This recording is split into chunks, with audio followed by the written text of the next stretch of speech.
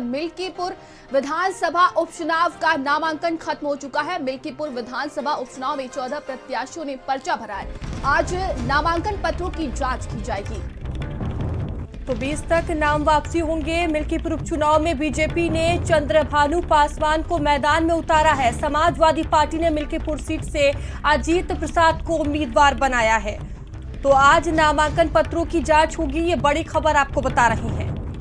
तो मिल्कीपुर उपचुनाव को लेकर देखिए, दोनों ही पार्टियों में मुकाबला सीधा देखने को मिल रहा है। और इसी बीच देखिए बताया जा रहा है कि जिस तरीके से भारतीय जनता पार्टी की बात की जाए या समाजवादी पार्टी की बात की जाए, लगातार एक दूसरे पर आरोप प्रत्यारोप का भी दौर इन दोनों ही पार्टियों में शुरू हो चुका है और तैयारियां भी जोरों शोरों से की जा रही है। और भारतीय जनता पार्टी भी देखिए चंद्रभानु पासवान को मैदान में उतारा है, तो वहीं समाजवादी पार्टी की तरफ से मिल्कीपुर उपचुनाव के लिए अजीत प्रसाद को उम्मीदवार बनाया गया है।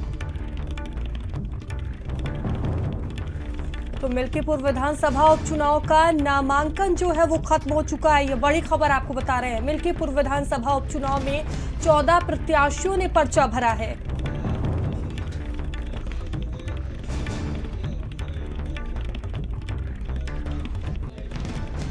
और ज्यादा जानकारी के साथ सहयोगी अजहर और रुपेश हमारे साथ जुड़ गए हैं। अजहर, आपका रुख करेंगे। देखिए लगातार देखा जा रहा है कि समाजवादी पार्टियों और बीजेपी और देखिए दोनों ही पार्टियां लगातार तैयारियों में लगी हुई हैं और आरोप प्रत्यारोप का भी दौर शुरू हो चुका है। बताया जा रहा है कि आज नामांकन पत्रों की जांच की जाएगी। बिल्कुल, देखिए 5 फरवरी को मिल्कीपुर विधानसभा में उपचुनाव होने हैं और ऐसे में बीते दिन यानी शुक्रवार को नामांकन का आखिरी दिन था और आज जो है वो पत्रों की जांच होगी और 20 तारीख को नाम वापसी का दिन है। देखिए ऐसे में समाजवादी पार्टी की अगर बात की जाए तो समाजवादी पार्टी की तरफ से अजीत प्रसाद जो है वो चुनावी मैदान में हैं, जो कि अवधेश प्रसाद के बेटे हैं और एक बड़ा चेहरा है। और इसी के साथ साथ देखिए भारतीय जनता पार्टी की अगर बात की जाए तो चंद्रभानु पासवान को जिम्मेदारी दी गई है। दोनों ने ही नामांकन जो है वो भर दिया है। और वहीं अगर बात की जाए तो इस बीच देखिए आखिरी दिन, कल जब आखिरी दिन था तब आजाद समाज पार्टी से समाजवादी पार्टी के बागी नेता सूरज चौधरी ने भी पर्चा भरा है। तो इससे कहीं ना कहीं देखिए तो राजनीतिक सरगर्मियां जो है वो तेज हो गई है, क्योंकि दोनों ही पार्टी यहाँ पर मिल्कीपुर की अगर बात की जाए तो सीधी लड़ाई समाजवादी पार्टी और बीजेपी के बीच में नजर आ रही है। एक तरफ अजीत प्रसाद है तो दूसरी तरफ चंद्रभानु पासवान है और दोनों ही पार्टी ने जाति समीकरण साधते हुए दलित प्रत्याशी जो है वो चुना है। तो ऐसे में देखिए मिल्कीपुर विधानसभा की अगर बात की जाए तो यहाँ पर दलित वोट बैंक जो है वो सबसे ज्यादा है। तो कहीं ना कहीं दोनों ही पार्टी ने जो है वो जो प्रत्याशियों का चयन है वो जाति समीकरण साधते हुए किया है। और फिलहाल देखिए जिस तरीके से चुनाव की तारीख नजदीक आती जा रही है, ऐसे में आरोप प्रत्यारोप का दौर जो है वो भी शुरू है। क्योंकि देखिए चंद्रभानु पासवान के नामांकन से पहले जो है प्रदेश अध्यक्ष भूपेन्द्र चौधरी ने मिल्कीपुर में जनसभा की और कई तरह के जो है हमला जो है वो समाजवादी पार्टी पर बोला। उन्होंने साफ तौर से खुले मंच से ये कहा कि ये लड़ाई जो है वो परिवारवाद बनाम जो है राष्ट्रवाद है और कहीं ना कहीं समाजवादी पार्टी को बड़ी हार का सामना करना पड़ सकता है। ऐसे में देखिए अखिलेश यादव ने भी जमकर सरकार पर हमला बोला और अपनी प्रेस कॉन्फ्रेंस में कई तरह के आरोप सरकार पे लगाए। उन्होंने कहा कि सरकार जो है वो अयोध्या में और मिल्कीपुर में जो किसानों की जमीन है वो अधिग्रहण कर रही है और उन्हें जो मुआवजा दिया जाना है वो नहीं दिया जा रहा है और समाजवादी पार्टी की सरकार आएगी तो 6 गुना मुआवजा जो है वो किसानों को दिया जाएगा।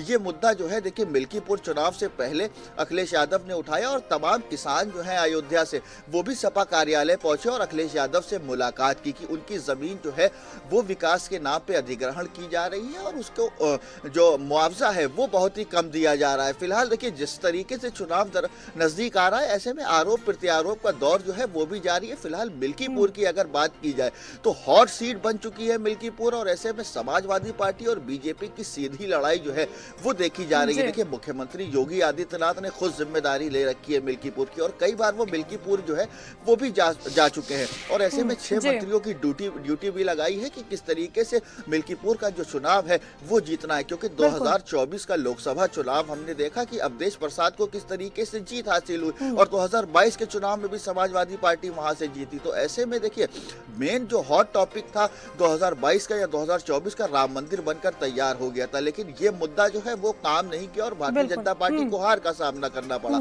अब उत्तर प्रदेश में ये आखिरी चुनाव है मिल्कीपुर विधानसभा उपचुनाव, इसके बाद 2027 का ही चुनाव होना है। तो ऐसे में ये चुनाव काफी महत्वपूर्ण माना जा रहा है और ये दोनों ही पार्टियों के लिए साख का सवाल है इस चुनाव को जीतना, क्योंकि ये चुनाव जो है वो बिल्कुल दोनों ही 2027 पार्टियां की रूपरेखा तैयारियों तय में जुटी करेगा। हुई हैं, कोई कोर कसर नहीं छोड़ी जा रही है। रुपेश लगातार हमारे साथ बने हुए हैं। रुपेश, किस तरह की लड़ाई आप देख पा रहे हैं? देखिए, भारतीय जनता पार्टी की तरफ से चंद्रभान पासवान है और दूसरी तरफ अजीत प्रसाद है। यहाँ का जातीय समीकरण क्या कह रहा है और किस तरह की यहाँ पर लड़ाई आप देख पा रहे हैं? आई है दोनों। बात की जाए अगर मिल्कीपुर की, बहुत ही हॉट सीट है, ये बात सही है।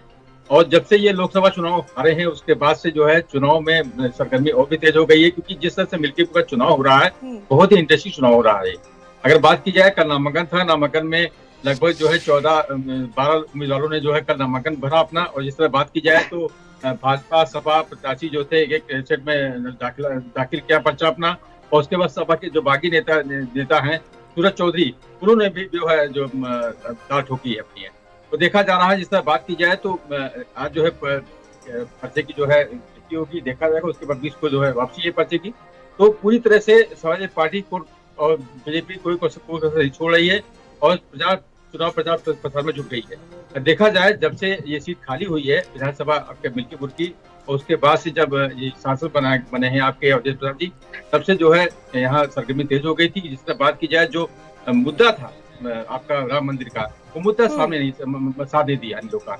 और जिस तरह से बात की जाए, हर बार कम से कम 8 से 9 बार मुख्यमंत्री योगी आदित्यनाथ जो है आपके मिल्कीपुर आ चुके हैं, जनसभा कर चुके हैं, योजनाओं को लोगों को बता चुके, कई हजार योजनाओं का शिलान्यास भी कर चुके हैं।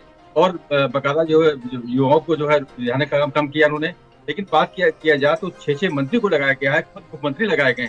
और एक तरफ देखा जाए तो समाजवादी पार्टी के जो अवधेश प्रसाद, उनके को यहाँ चुनाव मैदान में उतारा गया समाजवादी पार्टी से। तो पूरी तरह से अगर देखा जाए, नाक की लड़ाई दोनों की है। और अगर देखा जाए तो बिल्कुल दोनों ही दलों के लिए ये साखा सवाल बन चुका है। फिलहाल आप दोनों का बहुत धन्यवाद हमारे साथ जुड़ने के लिए।